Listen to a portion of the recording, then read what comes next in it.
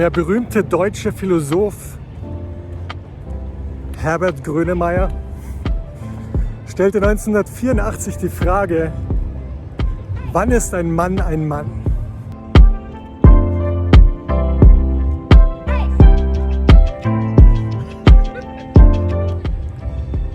Und das Lied, das daraus resultierte, wurde sehr berühmt und bekannt.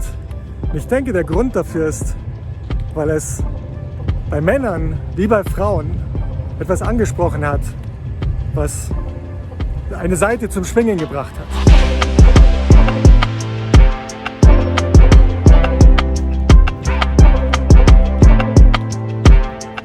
Stell dir einen Jungen vor.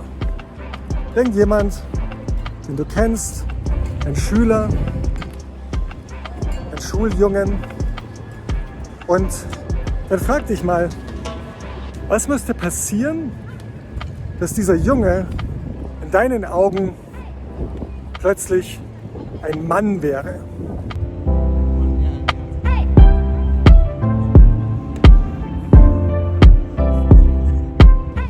Was müsste passieren? Müsste er einfach älter werden? Ist das Alter da entscheidend bei der Frage? Müsste er etwas Bestimmtes tun, etwas Bestimmtes erreichen? Müsste er ein eigenes Einkommen haben, einen eigenen Haushalt? Müsste er bestimmte Charaktereigenschaften haben, die er im Moment noch nicht hat? Wann ist ein Mann ein Mann?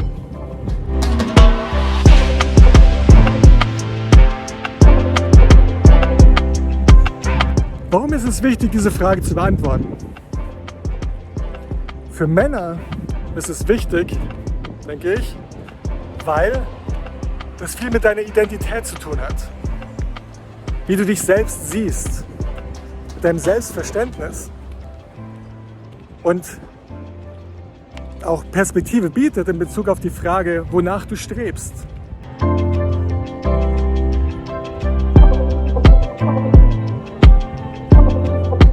Gleichzeitig ist dieses Bild von dem Mann, mit dem du dich intuitiv ständig vergleichst, etwas, was dazu führt, dass du Zuversicht hast in deinem Leben oder vielleicht für Verunsicherung sorgt, weil du diesem Bild, von dem du denkst, dass ein Mann so sein müsste, möglicherweise nicht so entsprichst.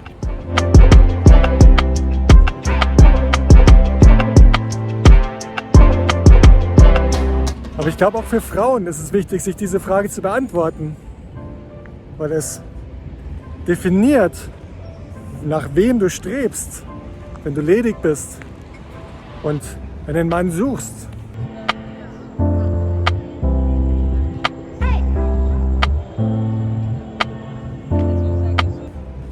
Aber auch wenn du verheiratet bist, hat es viel Relevanz, mit welchem Idealbild eines Mannes du deinen Ehemann immer wieder vergleichst.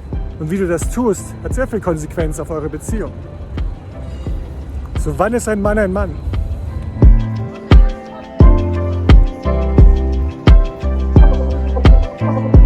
Und die Frage, die möglicherweise am wichtigsten ist in diesem ganzen Kontext, ist die Frage, wem erlaubst du, das zu definieren?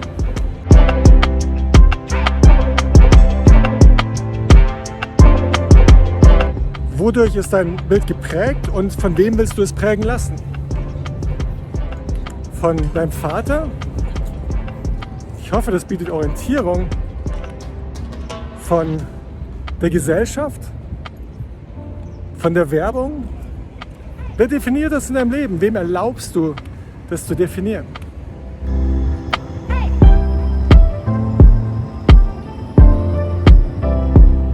Ich habe vor einiger Zeit eine Predigt darüber gehalten, die ist verlinkt in den Beschreibungen, genauso wie das Lied von Herbert Grönemeyer, wenn du das nochmal hören willst. Und ich denke, was andere Menschen denken, bietet Orientierung. Das ist hilfreich, das ist wichtig. Aber es kann nicht alles bestimmend sein, was andere denken. Du willst selber landen mit der Frage, wann ist ein Mann ein Mann?